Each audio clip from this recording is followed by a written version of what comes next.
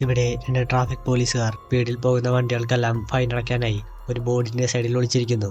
എന്നാൽ ഈ സമയം അവരുടെ മുന്നിലൂടെ പോയ ട്രക്കിന് വെറും 97 കിലോമീറ്റർ മാത്രമേ സ്പീഡുള്ളൂ എന്ന് കണ്ടതും ചെറുപ്പക്കാരനായിട്ടുള്ള പോലീസ് ഓഫീസർ ഇന്നത്തെ ദിവസം പൈസ അടിക്കാനായി നമുക്ക് ആ ട്രക്കാരന്റെ മേലെ ഫേക്കായിട്ടുള്ള കേസെല്ലാം ഫയൽ ചെയ്യാമെന്ന് പറയുന്നു.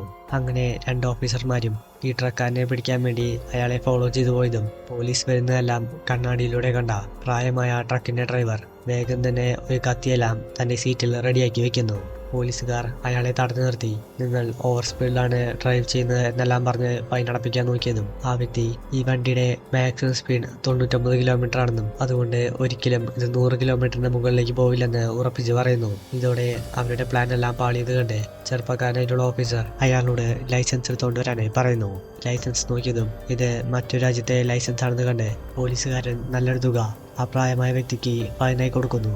ഇതെല്ലാം കണ്ട് ആ പ്രായമായ വ്യക്തിക്ക് വളരെയധികം ദേഷ്യം വരുന്നുണ്ടെങ്കിലും അയാൾ തൽക്കാലത്തേക്ക് എല്ലാം ക്ഷമിച്ചുകൊണ്ട് മിണ്ടാതെ നിൽക്കുന്നു. പോലീസുകാർ വണ്ടിയും എടുത്ത് അവിടെ നിന്നും പോകുന്ന സമയം അവർ ആ പ്രായമായ വ്യക്തിയെ പറ്റിച്ചതിനെ പറ്റിയെല്ലാം സംസാരിച്ചുകൊണ്ടിരിക്കുന്ന സമയം പെട്ടെന്ന് വണ്ടി ഓടിച്ചുകൊണ്ടിരുന്ന ചെറുപ്പക്കാരനായിട്ടുള്ള പോലീസുകാരന്റെ തലയിലേക്ക് ഒരു വെടിയുണ്ട തറച്ചതും അയാൾ അവിടെ വെച്ച് തന്നെ കൊല്ലപ്പെടുന്നു. ഡ്രൈവർ മരിച്ചതോടെ വണ്ടിയുടെ കൺട്രോൾ നഷ്ടപ്പെട്ട് അത് ഒരു ചെരുവിലേക്ക് മറിഞ്ഞതും പ്രായമായ വ്യക്തി ഒരു ക്യാൻ നിറച്ച പെട്രോളുമായി വന്ന് ആ കൂട്ടത്തിലുണ്ടായിരുന്ന മറ്റേ പോലീസുകാരന്റെ കാലെല്ലാം തിരിച്ചോടിച്ച ശേഷം അയാളെയും ഈ വണ്ടിക്കകത്ത് തന്നെ ഇട്ട് ആ വണ്ടി അവിടെ വെച്ച് പെട്രോൾ ഒഴിച്ച് കത്തിക്കുന്നു.